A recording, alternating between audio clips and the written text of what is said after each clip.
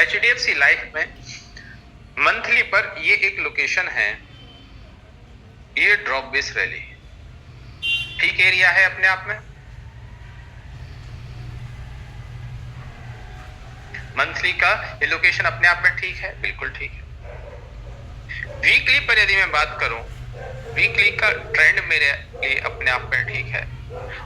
और डेली पर यदि एक्सक्यूशन की बात करूं, यहां डेली पर एक्सक्यूशन देखिए, ये कुछ इंटरेस्टिंग बात बनेगी। यहां क्या इंटरेस्टिंग बात बन रही है?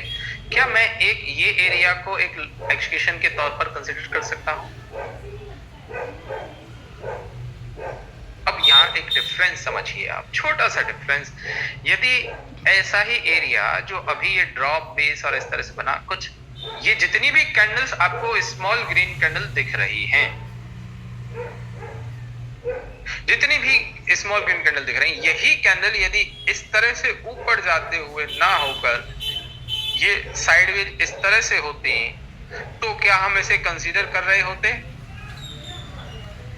तब हम इसको कंसीडर नहीं कर रहे होते। बट क्यों कंसीडर कर रहे हैं? क्योंकि देखो धीरे धीरे करके ऊपर जाती हुई रेंज है, फिर उसके बाद उसने नीचे आया है, एक छोटा सा रिवर्सल आया है। गार्बेज होता बिल्कुल इग्नोर करते, मतलब यही फॉर्मेशन यदि इस तरह के एरिया में बना होता डेफिनेटली इग्नोर करते, बट क्योंकि प्राइस कंटिन्यूअसली डिस्ट्रीब्यूशन के साथ आई, उसमें एक ठीक सी लेगिन कैंडल बन गई बेस, और रैली स्ट्रांग है, रैली स्ट्रांग है, लेग आउट कैंडल स्ट्रांग है। यदि लेग आउट कैंडल भी कुछ ऐसी बनती तब इग्नोर कर देते। एक दो चीज अच्छी है, एक चीज थोड़ी सी कमी है। फिर उसके बाद यदि बात करें नीचे इस एरिया के बारे में कि एक मेरे पास ये रैली बेस रैली और एक मेरे पास ये ड्रॉप बेस रैली, ये दो डिमांड और हो गए छोटे छोटे। फिर कोई कहेगी सर नीचे ये भी एक एरिया है, बट ये डिस्ट्रिक्ट टाइप एरिया है,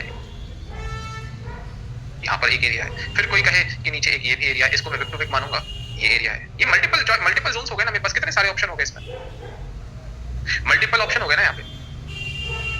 आप अपने आप से ये सोचें, अपने आप से ये समझें, जब मेरे पास एक्सक्यूशन इतने सारे हो गए, जब मेरे पास इतने सारे एक्सक्यूशन हो गए, एक तो बात आ जाती है अकॉर्डिंग टू ट्रेड स्कोर, कि क्या ट्रेड स्कोर है उसके अकॉर्डिंग मैं चल रहा हूं,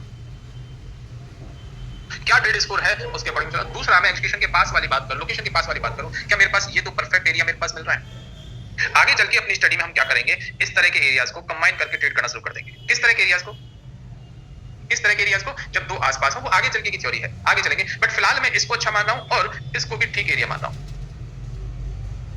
इसको भी ठीक एरिया मान रहा हूं। दोनों ही मेरे पास अच्छा हो सकता है प्राइस यहाँ नीचे आने का मौका दे ही नहीं, नीचे इस एरिया तक प्राइस आए ही नहीं,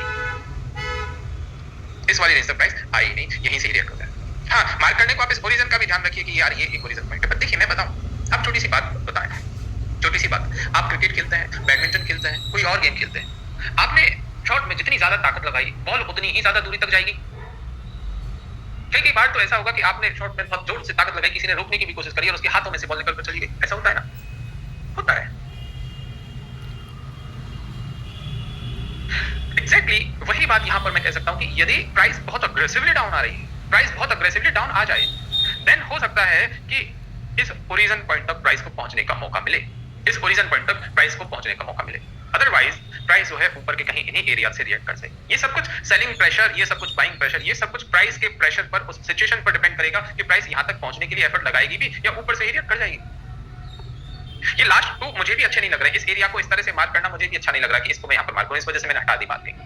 मैं खुद उस एरिया में कोई कॉन्फिडेंट नहीं हूं, इस वजह से मैंने यहां पर हटा दी। बस ओरिजिन पॉइंट की बात कर लो कि ओरिजिन पॉइंट तक प्राइस को जाने का, पहुंचने का मौका मिलेगा कब। आगे बात HDFC लाइफ में, हर एक ट्रेड जब हो, हर एक